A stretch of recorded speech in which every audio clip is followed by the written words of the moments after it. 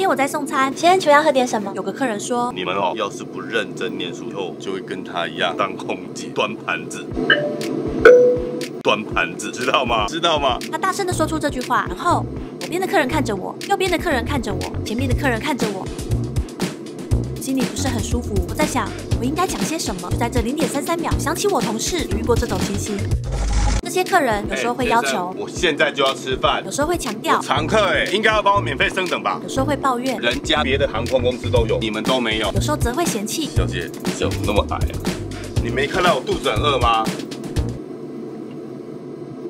然后教练回答他：“我是真的没有看到啦。”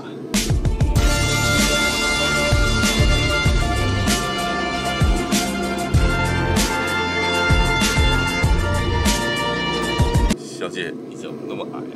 然后艾瑞斯回答他：“先生，你长那么高，还不是要我帮你放行李？”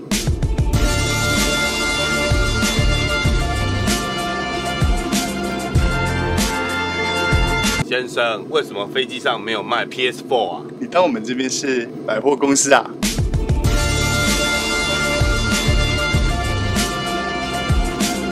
为什么人家别的航空公司都有，你们都没有？是这样的啦，那你怎么不去搭人家别的航空公司？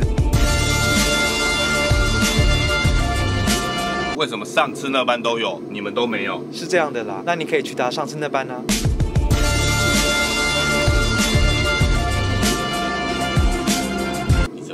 你有160吗？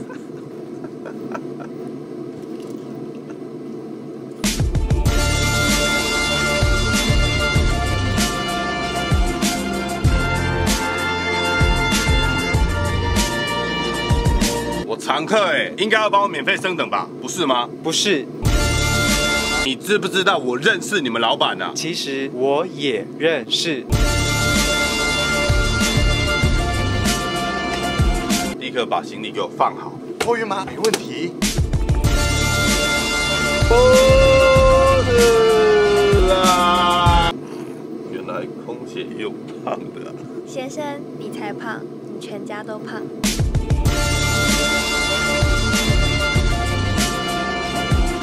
到底谁可以告诉我台风什么时候走啊？应该是人力鱼。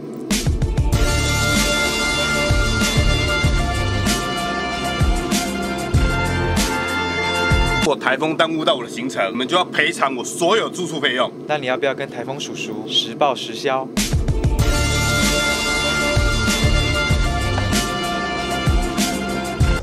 于是0.33秒过后，决定回答他。对啊，如果你不好好读书的话，以后连空姐都当不成，当不成哦，当不成。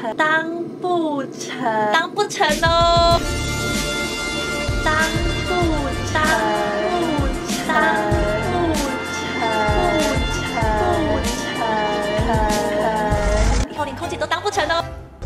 我是一个空姐，忙着在飞机上回答。你们到底知不知道我是谁啊？不知道。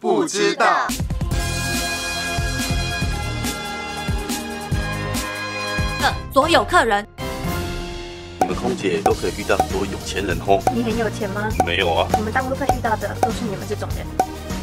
你们到底知不知道我是谁啊？可以看一下你的登机证吗？干嘛啦？登机证上面有写。秋烟怎样啦？